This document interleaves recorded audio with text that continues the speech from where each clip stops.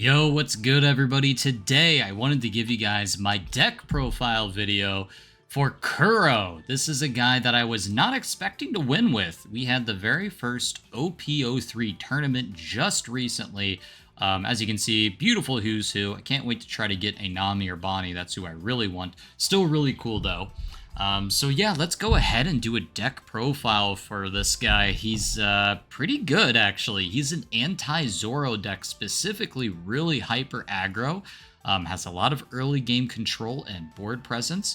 And I wanted to give you guys a little bit of strategies, advantages, and disadvantages as we go through the cards. So let's go ahead and talk about the leader. So for 3 Dawn, you're able to use his effect, and it's not a hard limit. You can use the effect multiple times on one turn, which is kind of insane.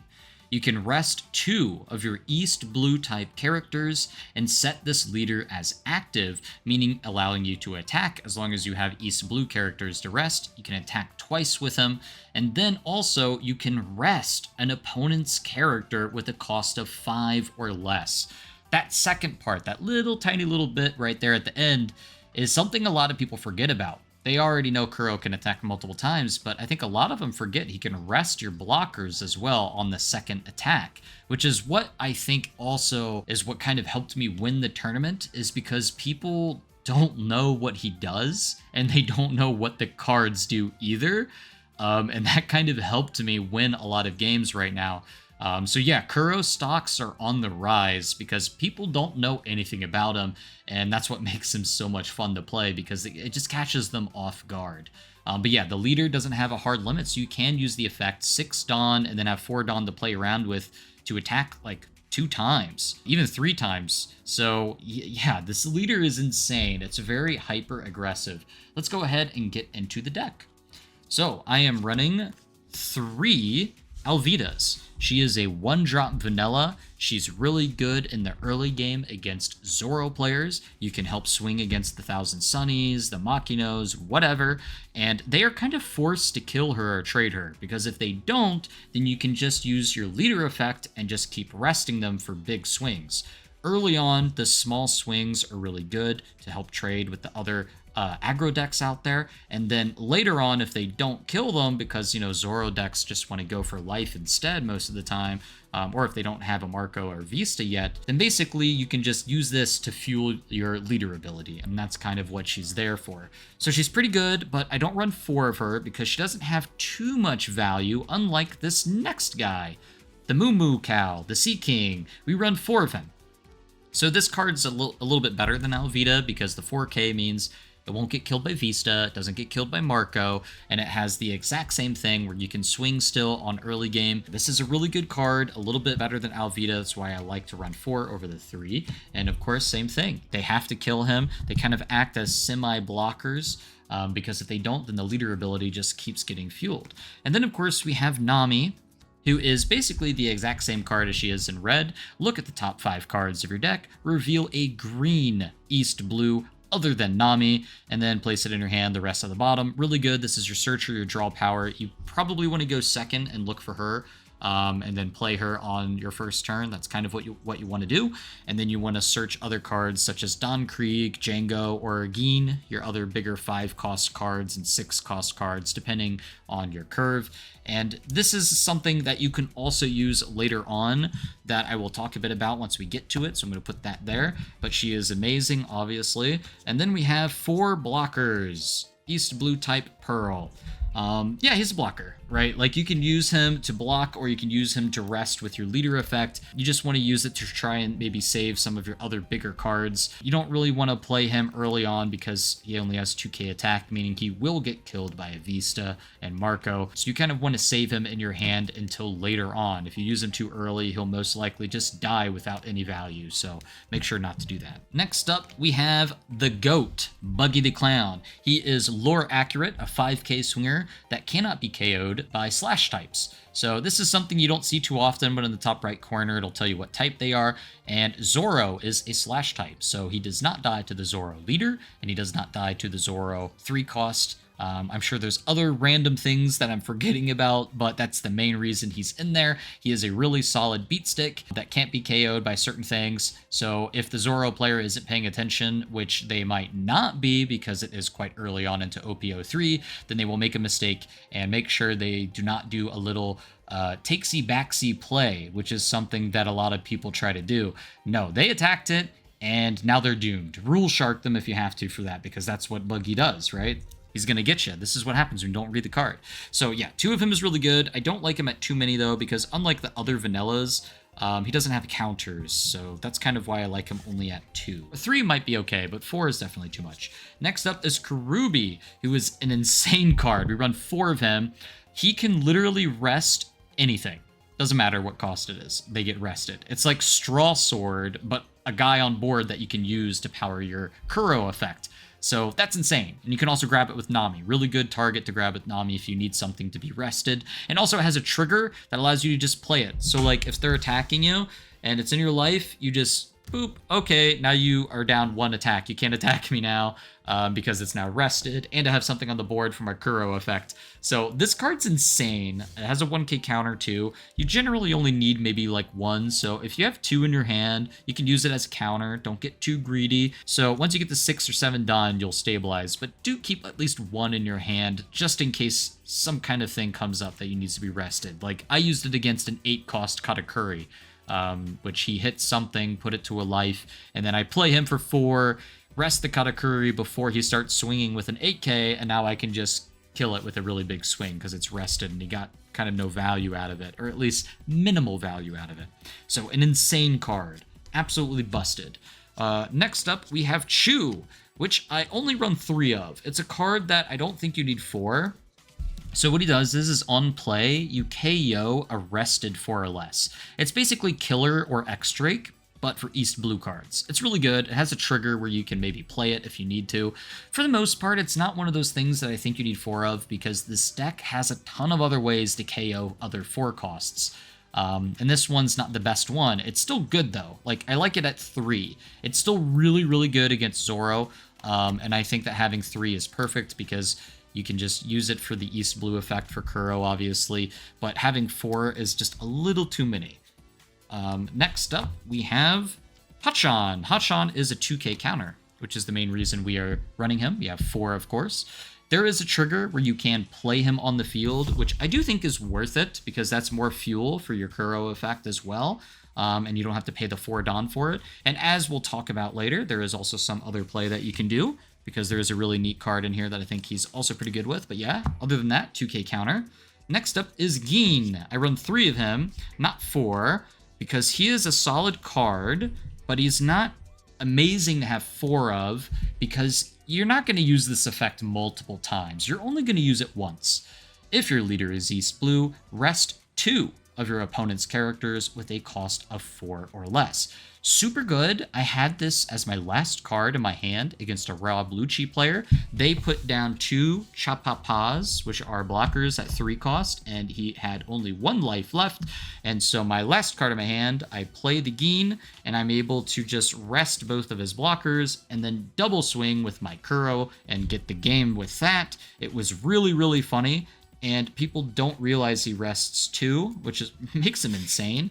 But you already have so much rest power in this deck that I don't think you need a 4th one, so I've moved it down to 3, and plus, it's very little that you're going to rest 2 things. This deck is very hyper-aggressive. It generally controls the board so much. It does come into play against Rob Lucci because they have, Borsalinos and other things that can't get KO'd, which is another reason why you don't necessarily play Chu too much either, because he doesn't work that well against the CP9 and Navy stuff, because you can't KO them, but it's just so good against Zoro. And there is other little combo with him that we can talk about as well later.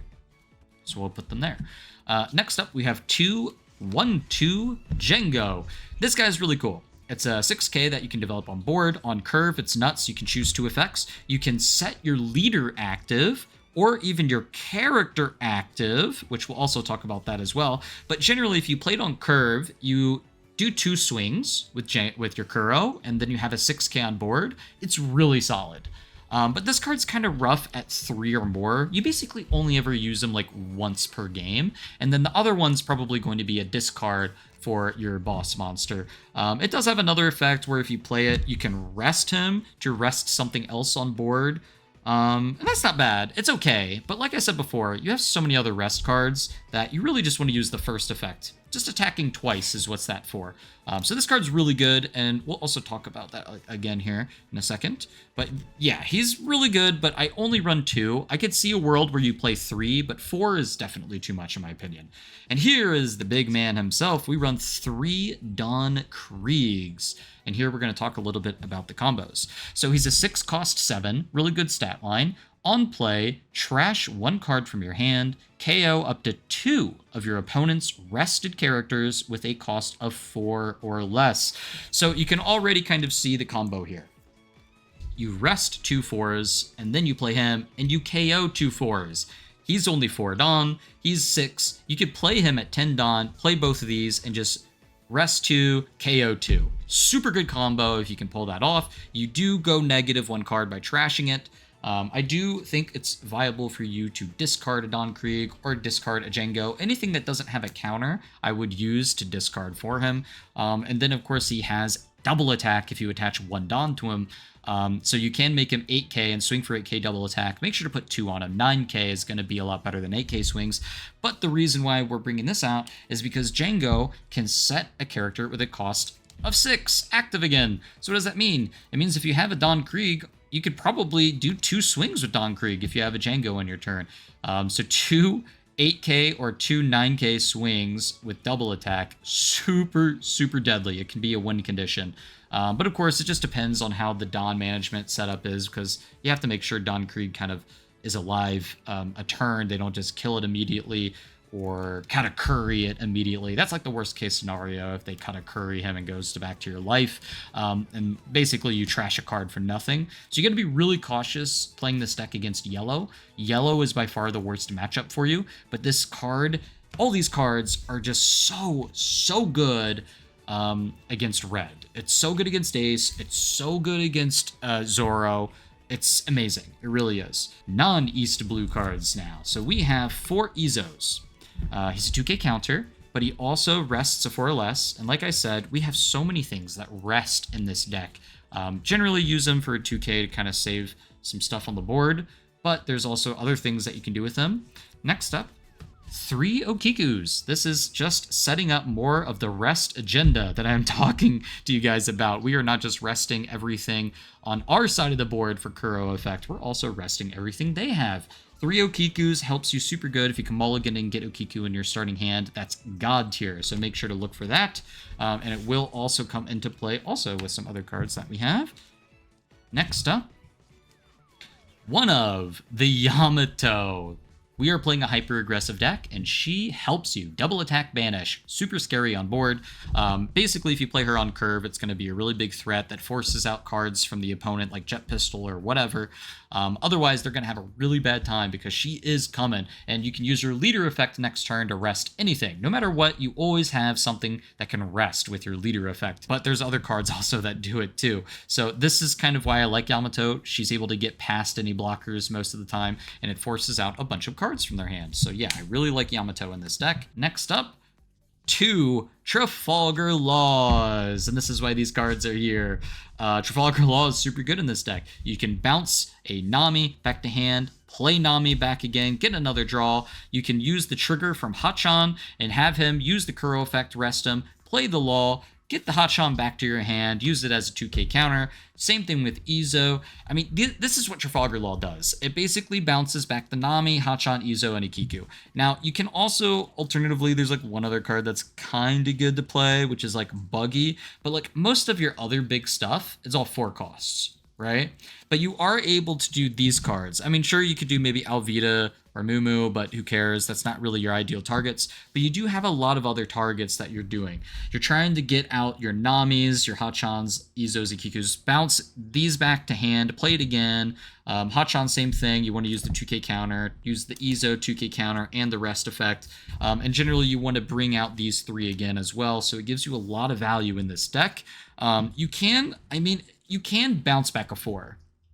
Like, in theory, if you really need to, you could bounce the 4 and just play it later and then replace it with something else. That's also a big possibility. And also, because the Kuro effect rests a lot of your own cards, you could just, like, if they're rested, use the Law to then just restand them so you could save them for another use of your Kuro effect next turn. So Law has a lot of utility in this deck. I really like it at 2. I might run 3 instead. We'll see how it goes, but for sure 2 Laws. It's so good in this deck. People don't expect it, and getting 2 Nami searches is fantastic. I mean, that's just pure value. But if you're able to do that, and then get like a Kiku out on board or something, it's also really good. But yeah, I really like the Laws. Make sure to just put 2 Laws in, and we'll figure out with another video later on how I adjust the deck, because I will be doing some more adjustments later. Next up, we run Punk Gibson. In fact, 3 Punk Gibson. It's a really good card. It rests things, so then you can KO those things. Like I said, there's so much like rest power in this deck. I honestly felt like there was a little too much rest power. But it's still a really good card. I run 3. I might take it down to 2. Because our very last card, which is a very special card, out of the bag. So for 3 Dawn, you can rest an East Blue, only 1 East Blue, so you rest a Buggy, for example. And then you can set your Kuro active. So it's basically a little mini version of your power that you only need to rest 1 character instead of 2. So it's really good for just getting bigger swings in. But also, I like this card so much, I think I might get rid of the 3rd Punk Gibson and make it one of those and do 2/2. Yeah, this card was just like insane. The KO trigger is also pretty good. You could KO or rested 3 or less, which is all right. Like, you're not going to really use that too often, but this is kind of your win condition. It just allows you to not go negative too much on your board state because you don't rest too many things. But yeah, it goes for game basically with it, and that's why you play it.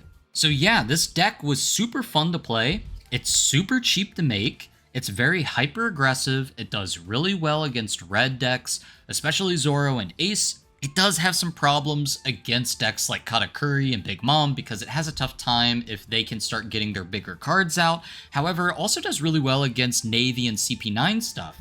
So I highly suggest trying Kuro out. It's actually pretty solid, and it's really fun to play after you figure out all the little combos with it. I'll be doing more deck profile videos just like this, showing off maybe some more winter cards. We got tons of unboxing content for you, not just with One Piece, but also with like Magic the Gathering, Lord of the Rings, Pokemon, more Digimon and Yu-Gi-Oh! And all that kind of stuff. So feel free to leave a like and sub if you like this content. Let me know what kind of decks you want to see next, what kind of duels or other type of content you would like to see. And yeah, I'll be hitting you guys up in another video with some more content soon. Peace. Have a good one, guys.